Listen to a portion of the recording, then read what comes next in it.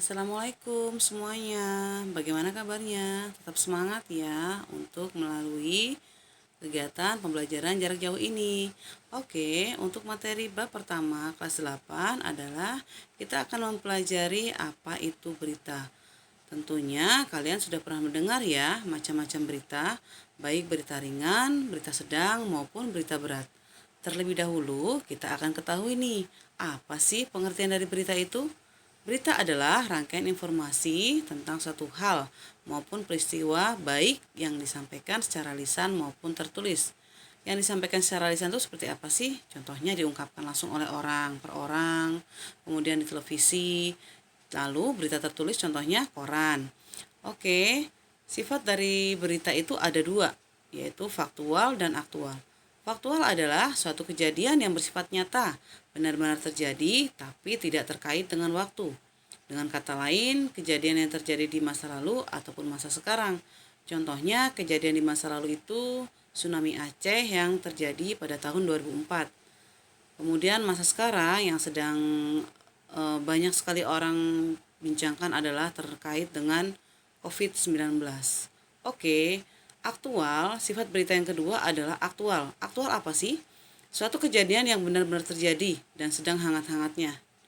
Aktual bersifat kekinian atau baru. Nah, contohnya berita tentang COVID-19 ini nih. Lanjut, dari sebuah berita pasti harus memenuhi unsur-unsur yang ada di dalamnya. Unsur-unsur yang ada di dalam berita itu biasa dikenal dengan 5W dan 1H atau dengan kata lainnya adalah adik Simba. Apa sih adik Simba itu? Adik Simba adalah singkatan. Nah, A-nya adalah apa?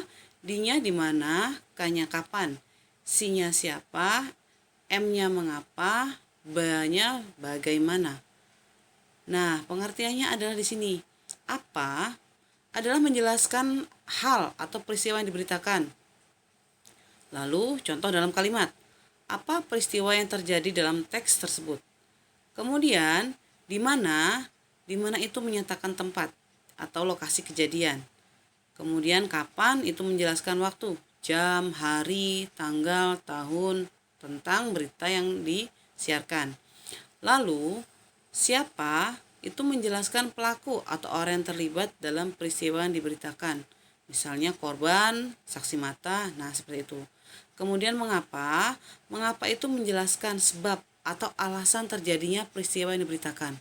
Misalnya berita tentang kejadian kecelakaan. Alasannya apa? Kenapa sampai terjadi kecelakaan tersebut? Apakah mengantuk? Apakah remblong? Dan sebagainya. Lalu bagaimana adalah menjelaskan proses, cara pembuatan, tanggapan atau penilaian berkaitan dengan kejadian peristiwa yang diberitakan.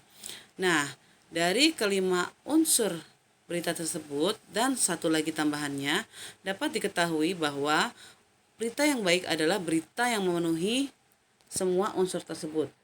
Kalau misalnya kalian lupa tentang singkatan-singkatan 5W1H, kalian bisa hafalkan kembali tuh. Apa itu adik Simba? Oke, sampai sini bisa dipahami ya. Lalu, kita akan masuk ke dalam struktur dari teks berita tersebut. Struktur itu apa sih? Struktur adalah yang menyusun berita. Nah, ada kepala berita, ada teras berita, ada tubuh berita, ada kaki berita.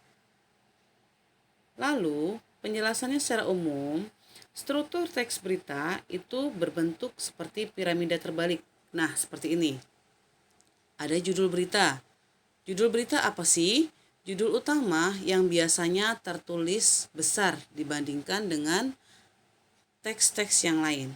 Lalu, teras berita berisi apa? Berisi paragraf pembuka yang berisi 5W1H atau adik Simba. Biasanya ini terdapat pada paragraf pertama. Kemudian, tubuh berita berisi uraian lengkap dan menjelaskan keseluruhan unsur berita tadi. Unsur berita apa sih? Unsur berita adalah 5W plus 1H atau adik Simba. Kemudian kaki berita berupa simpulan atau penegasan ulang. Nah, di sini ada contoh berita, judulnya adalah konsultasi kesehatan mental virtual. Yang dimaksud dengan judul berita adalah yang disebut ini. Kemudian di sini disebutkan nomor 2, itu adalah teras berita. terdapat pada paragraf pertama yang menjelaskan unsur-unsur adik simbah, tapi tidak secara gamblang ya, atau tidak secara garis besarnya saja tadi. Oke. Lanjut ke tubuh berita. Nah, tubuh berita adalah menjelaskan atau menguraikan secara luas atau lengkap unsur-unsur dari berita atau adik simbah. Kemudian di sini ada kaki berita. Kaki berita itu berisi tentang simpulan atau penegasan ulang. Nah, sampai sini kira-kira bisa dipahami tidak ya? Jika kamu dihadapkan pada contoh berita, apakah kalian kira-kira sudah bisa menyebutkan bagian-bagian dari berita tersebut? Nah, Ibu harap kalian bisa memahaminya dengan baik ya. Sampai ketemu di pertemuan berikutnya. Terima kasih. Wassalamualaikum warahmatullahi wabarakatuh.